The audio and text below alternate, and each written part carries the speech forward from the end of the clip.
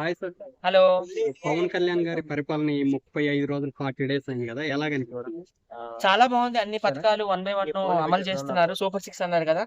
Pensions కూడా అన్ని బాగానే ఇచ్చారు. బాగుంటుందండి. వాళ్ళ కాంబినేషన్ బాగా కుదిరింది. నరేంద్ర మోడీ, చంద్రబాబు నాయుడు, పవన్ కళ్యాణ్ అంటే super duper hit combination.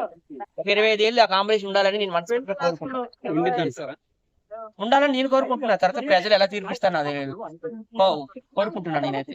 So ఇప్పుడు రీసెంట్ గా చూశారు కదా, తను డైరెక్ట్ గా రోడ్ల మీద చైర్ వేసుకుని కూర్చొని అందరు ప్రాబ్లమ్స్ ఎవరు? పవన్ కళ్యాణ్.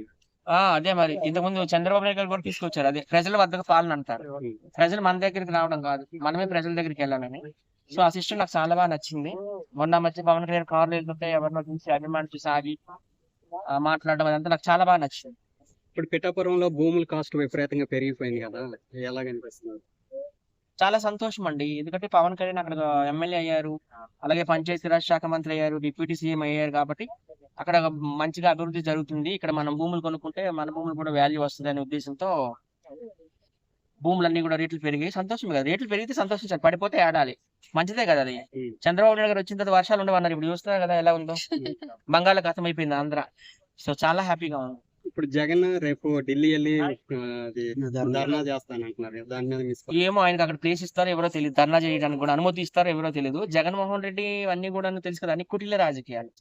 ఆయనే ఒకప్పుడు అన్నాడు చంద్రబాబు నాయుడుకి, నీకు 23 సీట్లే ఉన్నాయి అసెంబ్లీలో, ఒక 5 ఎమ్మెల్యేని లాగిస్తే నీకు ప్రత్యేక హోదా పడిపోతుంది, నువ్వు కూడా వెళ్ళి బ్యాక్ బెంచ్ లో కూర్చోవాలని ఛాలెంజ్ చేసి ఈయనే కదా. భారత రాజ్యాంగం రాసింది ఎవరు? చంద్రబాబు నాయుడు కాదు, నరేంద్ర మోడీ కాదు, పవన్ కళ్యాణ్ కాదు. ఎవరు రాశారు? BR Ambedkar doctor. ఆయన ఏం రాశారు? ఇప్పుడు మనం రేవంత్ రెడ్డి గారిని తీసుకుందాము. నాకు 40 వచ్చి ఇవ్వండి అంటే ఇస్తారా? అట్లానే ప్రతిపక్ష హోదా అనేది కూడా అంతే. 10% ఎమ్మెల్యేస్ రావాలి. 10% అంటే 18 నుంచి 20 మంది రావాలి. ఎమ్మెల్యేలు వస్తేనే ఆయన ప్రతిపక్ష హోదా